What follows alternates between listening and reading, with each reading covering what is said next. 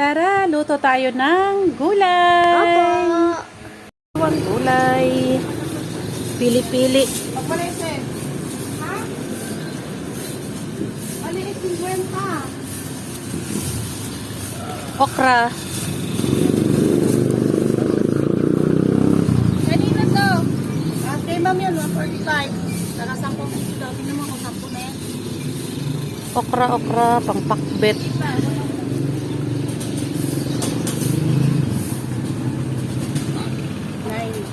Talong.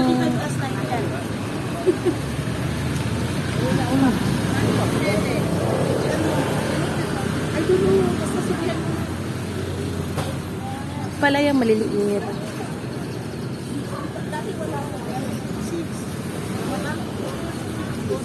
Magkano po? Ano yun na? 100 ka. Ay, tama na no? Oo, 150 po rin. Magkano sitaw, te? Dito, 20 dyan. Dito, 25. Sa 20 lang. Sitaw. Okay na po sa inyo na ano po? Magkano po? Ang palaya naman. Kahit isang ang palaya. 90 pa rin yun lahat?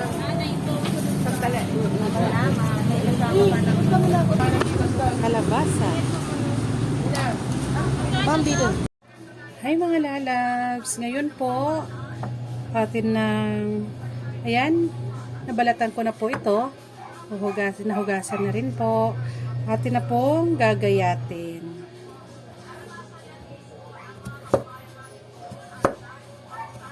Ayan, hihiwain natin ito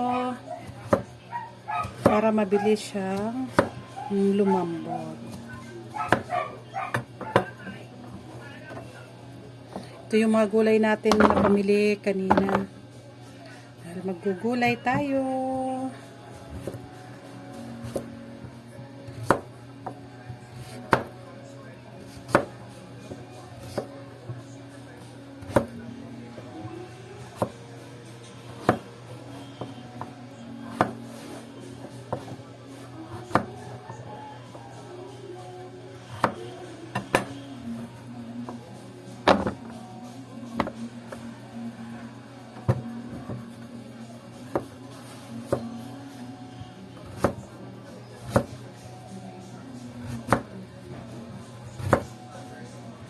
Po, hiwa-hiwa lang. Yan, tapos na po ang ating kalabasa. Ang hiwain naman natin ay ang ampalaya. Yan po. Medyo malaki lang po ito ng konti.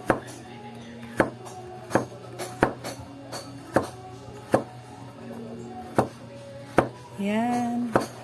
Para medyo healthy naman yung ating ulam. Kahit paano, yung anak ko kumakain naman ng gulay. Yan po.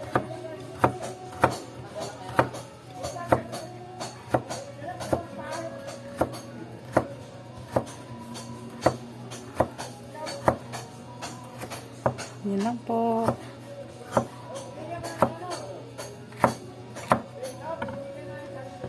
Yan, tapos na natin nahiwang ang palaya. Susunod naman natin ay ang ating sitaw. Ano po? Sitaw. Ito din po, nahiwasan ko na rin po yung sitaw. Yan. Titingnan ko muna kung mayroong mga butas. Kaya tanggalan ko. Kasi baka may uod. Yan.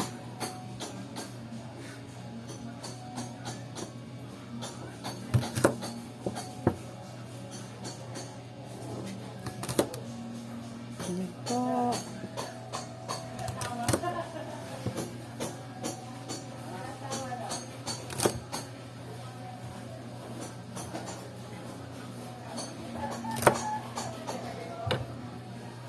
Kurong natin, medyo madami.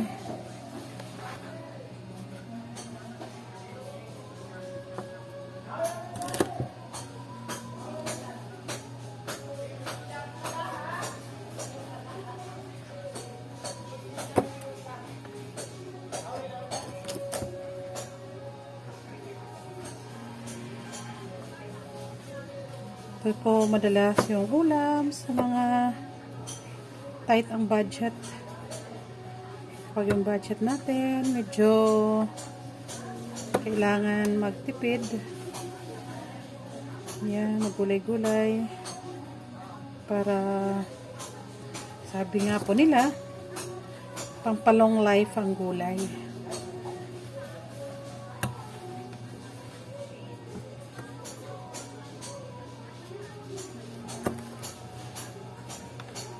Kaya, yung anak ko sinasanay ko din yung kumain ng gulay. Pagkatapos ng ating sitaw, susunod na po natin ang ating okra. Ito na po ang ating okra. Ito po ang ating mga okra. Hatiin lang po natin ito. Ayan. Favorite ko po ang okra. Di po yan, kahit okra lang po, nilalaga ko, okay na po yan sa akin. Steam okra lang at saka steam talong. Ngayon po, ang gagawin ko ay halo-halong gulay. Hindi ko alam kung ito ba yung tawag dito. Kasi halo-halo po ang gulay ko. Ang sunod ko pong hiwain ay ang talong. Hindi po kasi talaga ako bumibili ng gulay, yung hiwa na. Kasi minsan, bumili ako ng gulay na hiwa. Parang, hindi ko alam bakit ganun yung lasa. Matigas. Pero, pag tinignan mo, parang ang bata pa naman, pero ang tigas ng gulay. Bumili ako noon ng langka. Pangit. Kaya, mas maigi, na lang hihiwa. Bili na lang ng sariwa, tapos naghiwa. Yan po. Ito ay halo-halong gulay. Di ko alam kung ito na yung pakbet, pero wala kasi akong bagoong alamang. Sa ngayon, inuubo ako.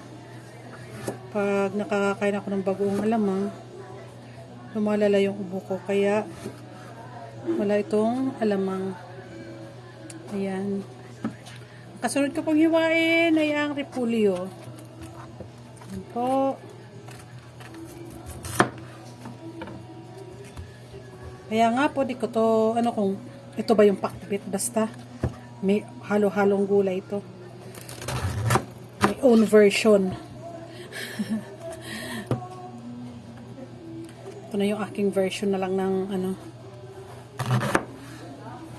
pakbit. More on gulay tayo ngayon. More on gulay. So, ito hatiin ko lang. So, maliit na siya. Ito din.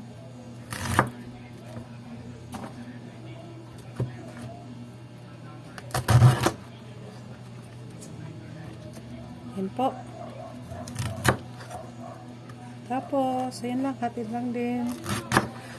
Para hindi masyadong durog ang ating repolyo.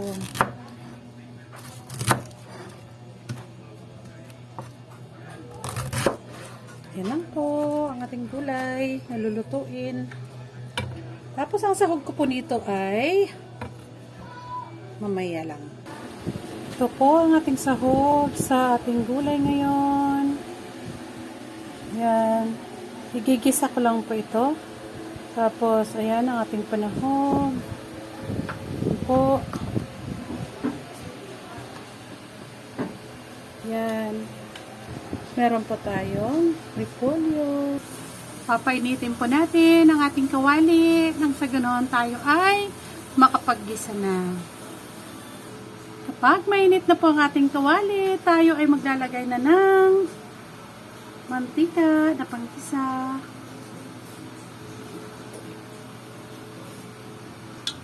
Ayan, pinapainit na natin ang ating mantika.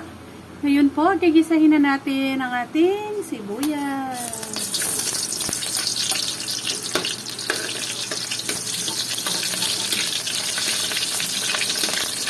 Susunod na po natin ang ating bawang. Ayan po. Katapos po niyan, ilalagay na rin po natin ang ating karning baboy na sahog. Ayan, tapos lang po natin.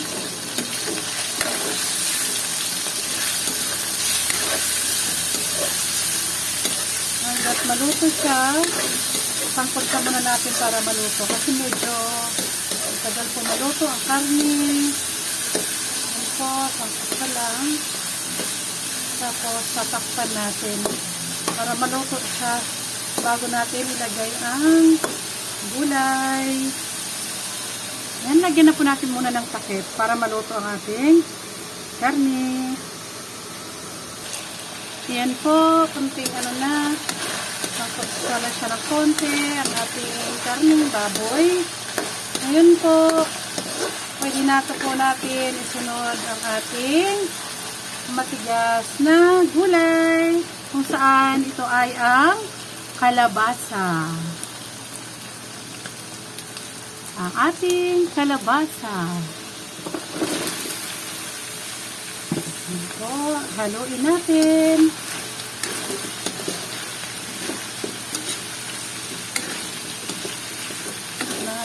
Yan, halo-halo muna.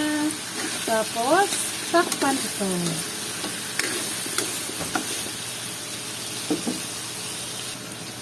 Ako naglalagay dito ng isang cup na tubig para lumambot ng tuluyan ang ating kalabasa at baboy. Karning baboy. Ito. Tapos takpan po natin ito ng takip. Lagyan natin ng takip para kumulo. Maging half cook ang ating kalabasa bago natin isunod ang iba pang gulay. Ayan. Kumukulo na po ang ating gulay. Ngayon po, nilalagay ko dito na pampalasa ay patis. Patis lang po.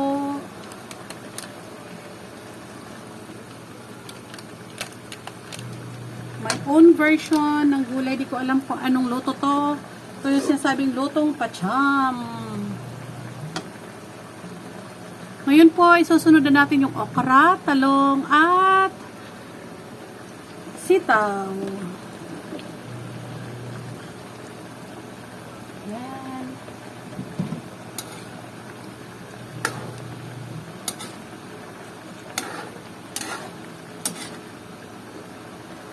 Haluin lang natin para pumailalim yung ating bagong lagay na gulay. Ayan. Pagkatapos ito, lagyan natin ng takip. Lagyan po natin ng takip.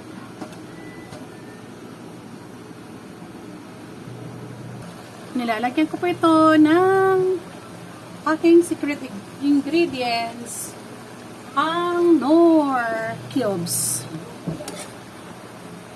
Oh, hindi na po siya secret, ha.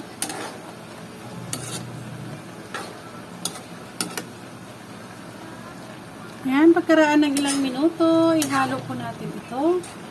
Tingnan natin kung half cook ng ating nilagay na gulay sa huli.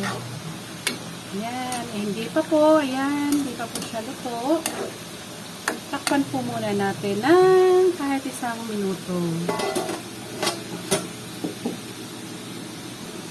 Pagkaraan ng ilang minuto, ilagay na po natin ang ating ampalaya.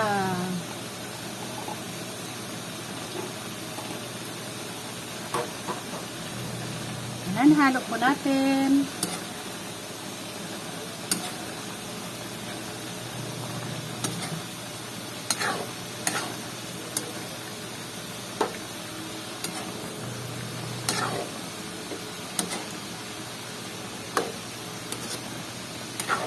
Gulay. Sino po yung may gusto ng gulay? Gulay-gulay tayo. Ayan, tingnan na nga po natin ang ating gulay. Ayan, medyo paluto na po siya. Ayan, haluin lang natin. Ang gulay.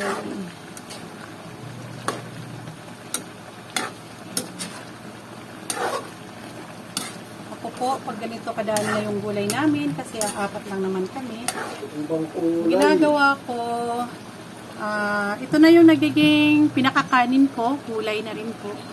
Okay, ngayon po isusunod ko na ang repolyo, kaya nga po di ko alam kung ano ba talaga ito, pakbet, kasi may repolyo siya. So, alam kay ate, yung nagtitinda, tinanong ko siya kung ano ba yung mga sangkap o mga gulay na ihahalo sa pakbet, may repolyo daw. Kaya, ayun. Maliit lang naman, halagang 10 piso. Ayan, sari-saring gulay na po. Ayan. May repolyo. Ayan, wala nga lang to alamang. Ayan, halo natin. Parang repolyo ay maluto. Kung mahilig dyan sa gulay, ayan. Gulay po tayo.